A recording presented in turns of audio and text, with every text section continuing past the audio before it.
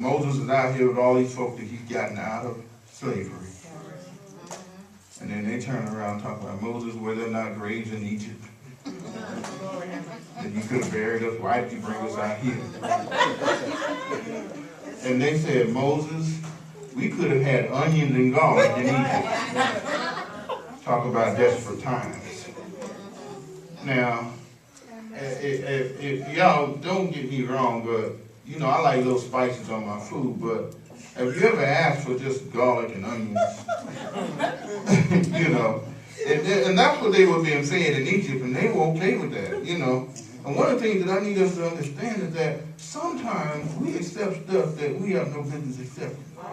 When God has freed us, God has delivered us, He has set us in a point, and He set us in the direction that He wants us to go. Why would we desire what we once had? Why would we look back?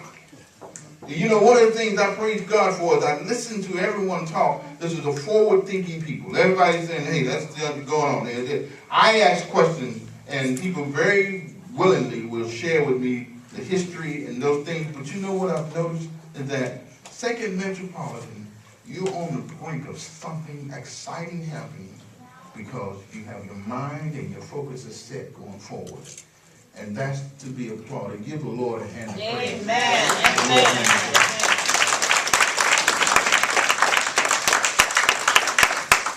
But know this, that I walked through the neighborhood, and drove through the neighborhood, and I drove through downtown. I was like Paul when he went into the city of Areopagus. And I said, I noticed this is a very religious place. The church is almost on every other corner. Amen. I saw some little cookout going on over here. I saw some things that were happening at other churches. I saw a lot of religious activity. But one of the things that I realized is that there's still people on 55th Street that need to be redeemed. Amen. And because they are, that means that we've got to present to this neighborhood, to this community, to this city, to this state, Jesus, that some people don't know anything about. Amen. But we can't do it the way we did it 25 years ago. No. Somebody say amen. Amen. I know I'm preaching up here on this one, but we've got to use the technology. Amen.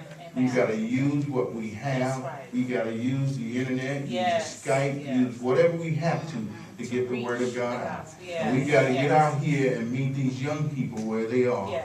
Do you understand that young people don't like to worship the way we do? Just say amen. Amen. You kids, I'm trying to help y'all. Y'all help me out here. Don't stay amen. You know, they get bored with some of the stuff we do. And it's not just boredom, some of it just misses them completely. And one of the things that we have to always be mindful of is that the Christ who came, He came and got us, but He was a holy God. He was incarnate, God incarnate. And His power we could not behold, but He took on the form of human flesh in order that we could comprehend Him. All right, yes. What does that mean? That we've got to bring the word down to where they can see it.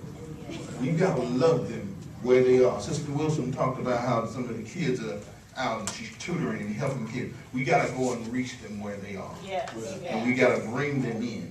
You know, someone was telling me that half the schools are empty. Well, if the schools are empty, and there's at least, I think I saw a statistic of about 68% of the population are young people, then where are they? If they're not in school, then where are they? We have an obligation to go and find them and bring them in. And when we find them, let me help you understand something. If we don't present Christ to them, they're going to get what we have and they're going to go back to doing what they're doing. Just know that. And so our chief aim should be to present the gospel of Jesus Christ. But know that once we present Christ to them, we got to show them how to live in this world. Amen. And when Moses took the children of Israel out of Egypt, He took them out and they were standing there at the banks of the Red Sea. And Moses said something, a salient point he made. He said, stand still and see the salvation of the Lord.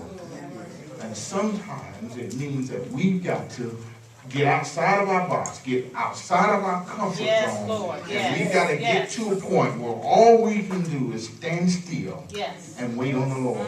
And as we wait on him, we need to stand still with the full knowledge and understanding and knowing that God is going to reveal himself.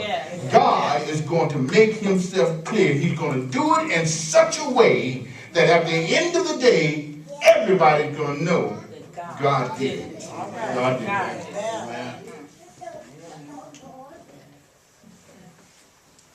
Now, last point. When Moses was standing there on the banks of the Red Sea, and God told him to raise up his hand with the stick, the staff, did you realize that you don't see Moses asking God, okay, I'm going to raise this up, but why am I doing it? He didn't ask that. He just did it. There's some things that we got to do by faith. Amen. Amen. And what that is, I don't know. Brother Blair, Sister Davis, you all know. You know what needs to happen here. And what that means is that sometimes we've got to act in such a way that the world may look at us like you lost your mind. But you got to do what God is calling you to do. And if it had been me and I was behind Moses, I probably would have hit him with a rock or something. Here I am, you didn't get ready to come and kill me, and you up here with a stick. You know, something's wrong with Moses. He's lost his mind. And, you know, I'm not laughing. I'm serious. You know? but God delivered them. Through the night, he delivered them. And what's the point? After all is said and done, when we find ourselves in Red Sea situations, and we find ourselves stagnated, our challenge is to trust God. And you all, as I struggled with this message, I had come with my mind made up to preach one thing, and after I met you yesterday, I decided that I was going to go this direction. This is messaging, and I said, well, Aaron, this is not the sermon that you get to hoop and holler and do all that other stuff, and to me that's foolishness anyway.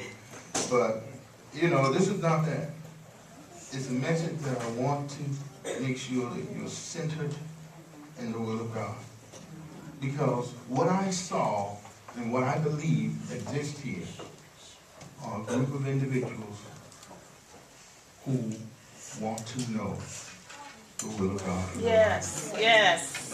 Who want to know what the direction is for their life. Please. There was another time in history where there was a perplexing situation. And that was on Calvary. The very Son of God was stretched out on the cross. And the entire world stood in awe, looking at him. What is going on? What is happening? And one of the things that we realize is that at Calvary, God vindicated himself. Because even though Jesus Christ was there on the cross, the very Son of God, stretched out before us, between heaven and hell, he was stretched out. We were standing there wondering, God, what are you doing? But glory be to Jesus. On Sunday morning, he got up with all power. And because Christ got up, we now have a hope of glory. Because Christ got up, we no longer have to be confused about the circumstances that we are. Because Christ got up, we no longer have to worry about whatever it is that we're facing. There's some of us that are in here and we say, well, we don't have a job. But Christ has got you. We don't have things working the way we want them to work. Christ has got you. There are some of us that are saying that, well, I've been going through all of this. I've been dealing with all of these difficulties.